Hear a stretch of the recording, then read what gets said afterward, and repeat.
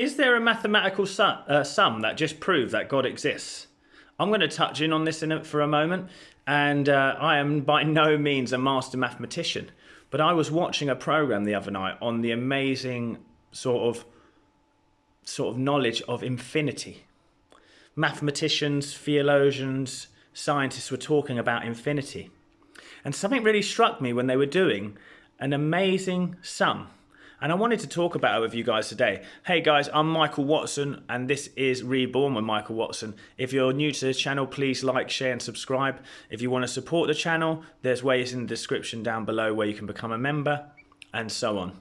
Guys, this is so cool because actually looking at this sum really sort of blew my mind. So infinity is drawn a bit like this to describe it. So in this program where we had these wonderful theologians, mathematicians, scientists, and other fantastic people, clever people, smarter than I am, but hey, I found spirituality in this moment, and I know you are too.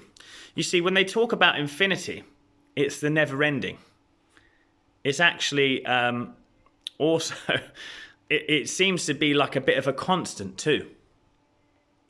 And it seems that it's incomprehensible to us to understand the sheer mass of it. And they said, whatever number you can think of, no matter how large, it is nothing in comparison to infinity. And even at that point, it started to get me. Oh my God, we're talking about something here that is almost omnipresent then. So when we talk about God, we talk about him being everything and everywhere at every time. And infinity, no matter how big you want to go, just continues to be infinity. Let me talk about that for a second. So one of the sums that they did was they said, well, if you do infinity plus 1, it becomes a bit of a paradox because it equals infinity. So that brings you to the thing of energy and God. It can't be created or destroyed, moves in form, through form and out of form, and it always remains constant. So infinity, no matter what you add to it, remains constant. And also, this was the interesting part that I felt. It said, when you have infinity plus infinity, it still equals infinity. So God added onto itself is still God. It is constant. It is a constant. Do you see what I mean? A constant of this universe. And that blew my mind for a moment.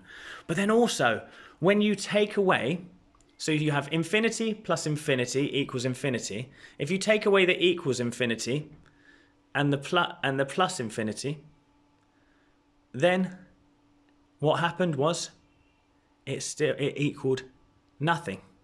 What that brought to me was that without God, without that infinite presence within us, the intelligent love of this universe, there's nothing.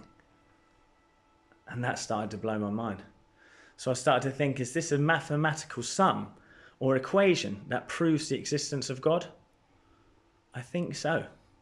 So guys, if you agree with me that some of these things do mean that God exists and that the infinite is where God lives, and you are one with God and therefore part of the infinite, that means that you are bigger than this life.